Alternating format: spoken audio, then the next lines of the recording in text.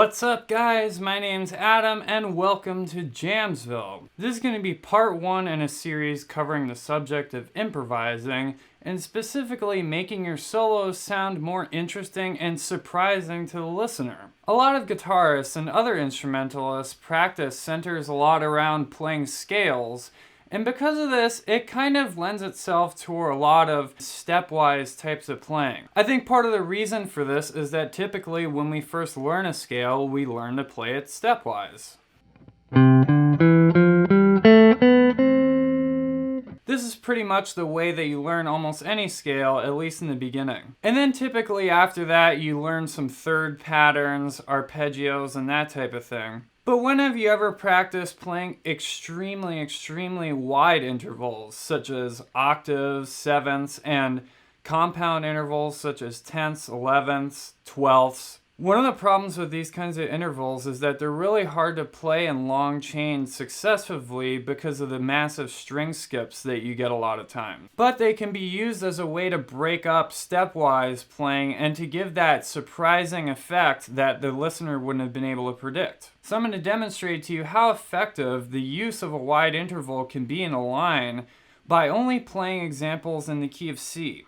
This way you know there's no harmonic trickery or exotic scales being used. It's simply changing the intervals. Even though I'm going to give you some specific examples, I'd like to preface them by saying that this video is more about the actual concept of throwing the wide intervals into your lines. And while it can be helpful to learn some of the examples that I'll show you, what's going to be a lot more helpful is simply practicing improvising utilizing this concept. That way you can find the way that this concept best works itself into your playing to make it sound like you. In my opinion, this kind of practice is really important, and it's how I'm spending a lot of time in my routine. Essentially taking a concept that I want to work on and incorporate into my playing and practice soloing using that concept, rather than learning tons of licks and vocabulary, even though that can also be extremely useful and important too. Alright, with that being said, let's get right into the examples. Here's example 1.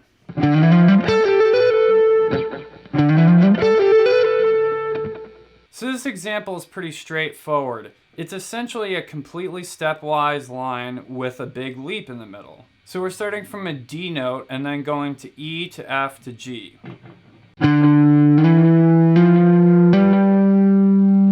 Then from the G, we're jumping up a major ninth interval to an A note. And then just playing a scale fragment around that A note. From A to G to B, then back to A.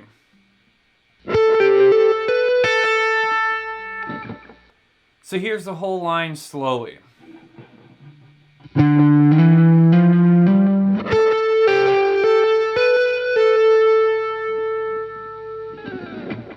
So example 2 is going to start with a leap, then be stepwise in the middle, then it's going to end with another leap.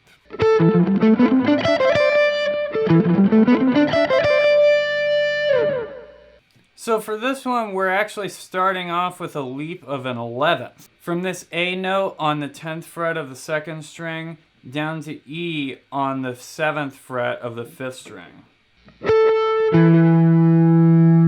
Then from that E note, we're just going up a C major scale until we get to D.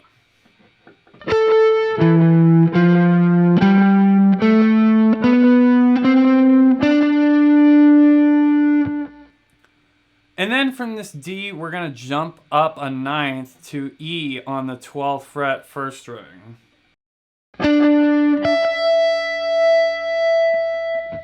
And then down to C and up to D. Here's the whole line slowly.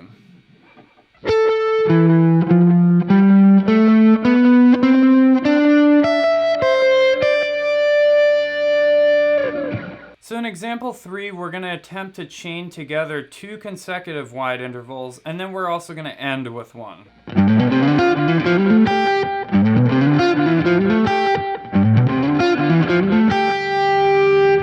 So for this one, we're starting really low on this G note, 3rd fret, 6th string. Then we're going up the C major scale again until we get to a D note. So G, A, B, C, D. Then from this D note, we're going up a minor 10th to an F note on the 6th fret of the 2nd string, and then back down to the same D note. Then from that D note, we just keep going up the C major scale until we get to A, and then we're going to jump up a minor 7th from there to G. So here's the whole line slowly again.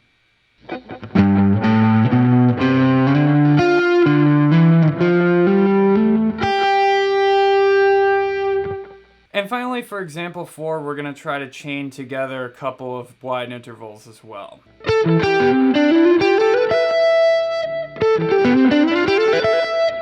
So just like in example 2, we're starting on the same A note and jumping down an 11th to E, but then we're going to jump back up to a G, like so.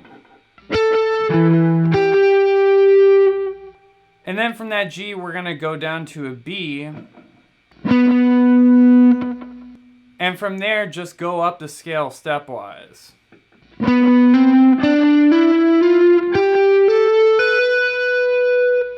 And then once we get to this B note, we're just going to jump up a 4th to an E on the 12th fret of the 1st string.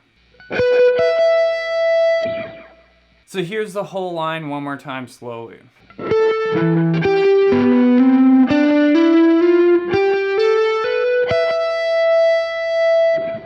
Once again, I want to reiterate that even though it'll be good to learn these examples, go ahead and practice improvising using this concept, and I guarantee you'll come up with a bunch of really cool stuff that you haven't before.